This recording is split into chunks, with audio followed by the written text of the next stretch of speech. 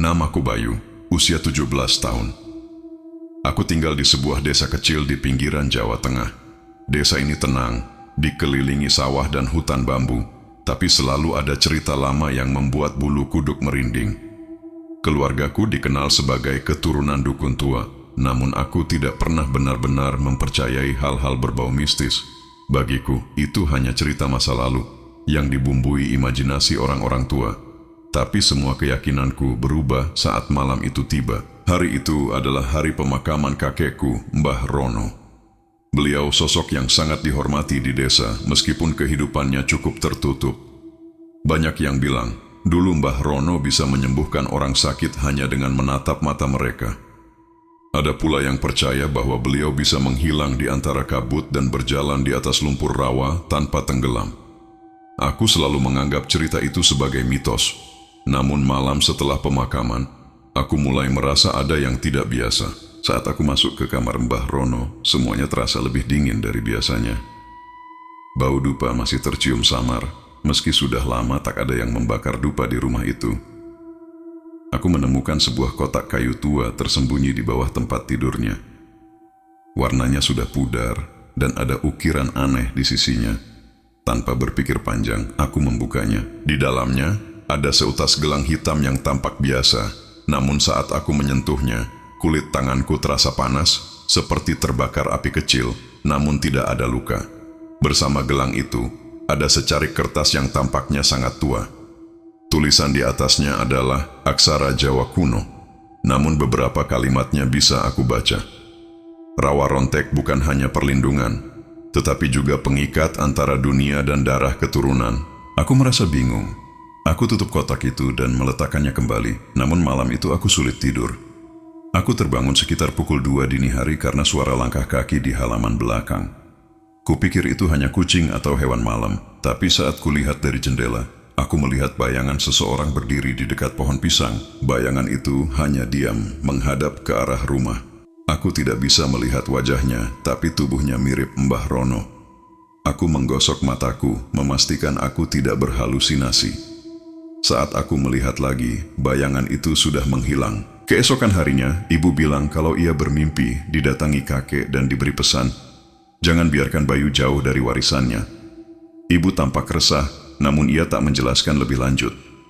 Aku hanya mengangguk, meski dalam hati aku mulai merasa ada sesuatu yang disembunyikan. Beberapa hari kemudian, aku mulai mengalami kejadian aneh. Saat aku jatuh dari sepeda motor kecil dan lututku terbentur aspal, aku hanya merasakan nyeri sebentar. Tidak ada luka. Saat kulihat, kulitku hanya merah sebentar, lalu kembali seperti semula. Aku tidak menceritakan hal ini pada siapapun. Tapi sejak itu, mimpi-mimpiku berubah. Dalam tidurku, aku sering berada di tengah rawa. Rawa itu dikelilingi kabut putih, tenang, tapi membuat napas terasa sesak. Aku berdiri sendirian, dan dari kejauhan ada suara yang memanggil-manggil namaku. Suara itu pelan, berat, dan terasa sangat tua. Bayangan hitam muncul dari balik kabut. Sosok itu mendekat, dan setiap kali aku mencoba melihat wajahnya, mataku selalu terbangun dengan napas terengah-engah. Keringat membasahi seluruh tubuhku, seperti habis berlari jauh. Sejak malam-malam itu, aku mulai sadar bahwa mungkin ada sesuatu yang diwariskan padaku.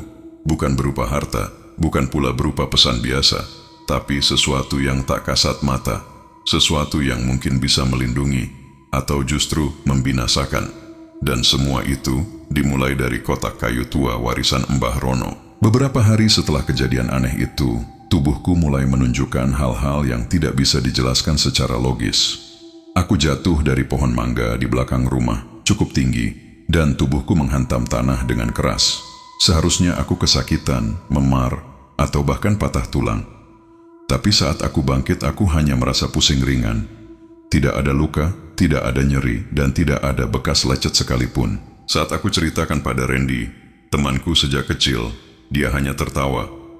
Katanya aku mungkin kebal sejak lahir. Tapi ketika di hari berikutnya aku terkena sabetan tajam saat mencoba menolong anak kecil yang hampir kena lemparan kaca dari tumpukan bangunan, aku kembali heran. Pisau kaca itu menggores lengan bajuku, dan aku jelas melihat kulitku berdarah. Tapi dalam hitungan menit, lukanya menutup sendiri, bahkan tidak meninggalkan bekas. Aku semakin bingung, juga takut. Aku bukan orang yang berani percaya hal mistis, tapi apa yang terjadi pada tubuhku rasanya bukan hal biasa. Malamnya aku kembali membuka kotak kayu warisan kakek. Aku memandangi gelang hitam itu cukup lama, dan entah dorongan dari mana, aku memakainya di pergelangan tangan. Saat gelang itu menyentuh kulitku, kepalaku terasa seperti ditusuk jarum. Sekilas, ada suara yang terdengar di telingaku, suara berbisik, pelan tapi sangat jelas. Darahmu sudah menyatu, waktumu tidak banyak. Aku tersentak dan langsung melepaskan gelang itu. Namun rasa panas di pergelangan tangan masih terasa beberapa menit setelahnya. Beberapa hari kemudian aku didatangi oleh Pak Surya, seorang sesepuh desa yang sering membantu warga dalam hal spiritual dan adat. Ia datang ke rumah sore itu, meminta waktu berbicara empat mata denganku. Wajahnya tampak serius, namun tetap ramah. Ia duduk di kursi depan rumah dan menatap mataku dalam-dalam. "Bayu," katanya pelan, "aku tahu apa yang diwariskan padamu. Ilmu itu bukan main-main. Dulu, ayahku pernah melihat sendiri bagaimana Mbah Rono menggunakan ilmu rawa rontek itu untuk menyelamatkan orang, tapi juga bagaimana beliau harus membayar mahal karena tidak menjaga batasnya." Aku diam. Ini pertama kalinya seseorang menyebut langsung nama ilmu itu di hadapanku. Pak Surya melanjutkan, "Ilmu rawa rontek adalah ilmu tua yang membuat tubuh seseorang tidak bisa dilukai secara fisik. Tapi bukan berarti kau benar-benar kebal terhadap segalanya. Ilmu itu menuntut penjaganya untuk tetap seimbang. Jika digunakan untuk kebaikan, mungkin ia akan tetap tenang. Tapi jika disalahgunakan, maka akan mulai meminta tumbal." Aku menelan ludah. "Tumbal?" tanyaku pelan. Ia mengangguk. "Bukan dalam arti pengorbanan langsung, tapi mereka yang dekat denganmu akan mulai terkena dampaknya. Kelelahan, mimpi buruk, bahkan kehilangan arah hidup. Karena ilmu itu tidak hanya melekat pada tubuh, tapi juga menyerap energi dari sekitarnya." Aku memandang ke arah rumah. Ibu akhir-akhir ini sering terlihat lelah. Adikku mulai sering mengigau saat tidur. Aku mulai merasa bersalah. Mungkin warisan ini tidak seharusnya kuterima. Pak Surya menyarankan agar aku membersihkan diriku secara spiritual. "Kamu masih bisa memilih, Bayu," katanya sebelum pulang. "Jangan menunggu sampai ilmu itu memilih jalan gelap." Malam itu aku tidak tidur. Aku hanya duduk di depan cermin, memandangi diriku sendiri, dan bertanya dalam hati, apakah ini hadiah atau kutukan? Satu hal yang pasti, hidupku tidak akan pernah sama lagi. Dan dari sinilah perjalanan sebenarnya dimulai. Sejak malam itu, aku mencoba menjauh dari gelang hitam warisan kakek. Aku menyimpannya kembali ke dalam kotak kayu, lalu membungkus kotak itu dengan kain putih, dan menyimpannya di loteng. Aku tidak ingin menyentuhnya lagi. Tapi yang sulit adalah menjauhkan pikiranku dari apa yang sudah terjadi. Tubuhku memang tidak mudah terluka, tapi ada sesuatu yang terus-menerus mengganggu. Aku mulai merasa jantungku berdebar kencang setiap kali aku emosi. Suara bisikan yang sebelumnya hanya muncul saat malam, kini mulai terdengar di siang hari, walau samar.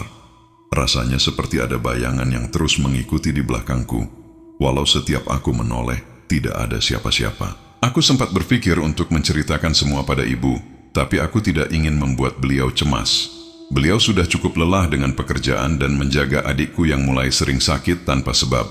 Adikku yang biasanya ceria, kini sering murung dan mengeluh mimpi buruk. Ia pernah berkata, "Di mimpiku ada orang tua yang berdiri di dekat jendela. Wajahnya mirip kakek, tapi matanya merah. Aku hanya bisa diam mendengar itu.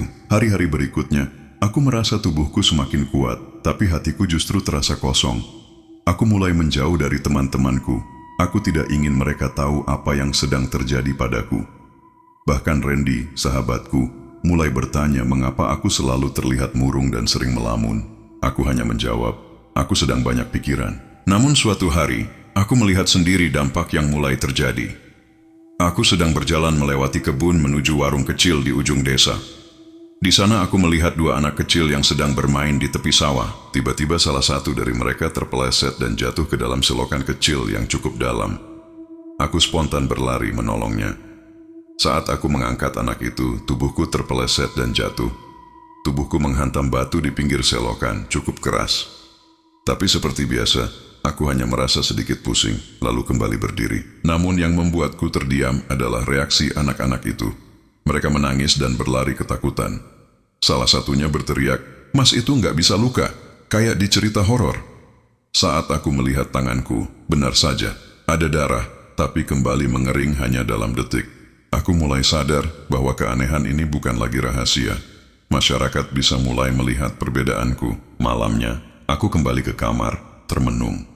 Aku berpikir lama, mengapa aku merasa semakin jauh dari kehidupan yang normal. Aku tidak pernah minta ilmu ini. Aku hanya ingin hidup biasa seperti remaja lainnya, bermain, belajar, dan bercita-cita. Tapi sekarang, rasanya semua itu menjauh. Aku mulai merasa seperti orang asing di desaku sendiri. Disitulah titik penyesalanku dimulai. Dulu aku merasa penasaran dan sedikit bangga karena memiliki kekuatan yang tidak dimiliki orang lain. Tapi sekarang aku sadar bahwa setiap kekuatan yang tidak dijaga akan berubah menjadi beban. Bukan hanya untuk diri sendiri, tapi juga bagi orang-orang terdekat. Aku akhirnya memberanikan diri untuk bicara pada Pak Surya.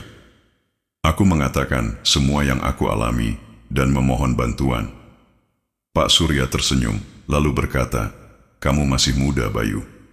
Tapi kamu sudah belajar hal penting, bahwa kekuatan bukanlah sesuatu yang membuat kita tinggi, tapi sesuatu yang harus dijaga dengan rendah hati." Beliau menyarankan agar aku mengikuti proses penyucian diri, agar energi dari ilmu itu bisa diredam. Tidak sepenuhnya dihilangkan karena warisan darah tidak bisa dihapus, tapi setidaknya tidak lagi membahayakan diriku dan orang-orang di sekitarku. Aku pun bersedia menjalani itu. Bukan karena takut, tapi karena aku tidak ingin kehilangan lebih banyak. Kadang, yang paling berat bukan rasa sakit, melainkan rasa bersalah. Dan aku tidak ingin hidup dengan beban seperti itu selamanya. Nilai moral tentang cerita ini adalah keistimewaan yang tidak dikendalikan dengan bijak dapat berubah menjadi kutukan, bukan berkah. Dalam hidup, kita tidak hanya bertanggung jawab atas diri sendiri, tetapi juga terhadap orang-orang yang kita cintai. Belajar menahan diri, merenung, dan memilih jalan yang benar adalah langkah awal untuk menjadi pribadi yang lebih baik.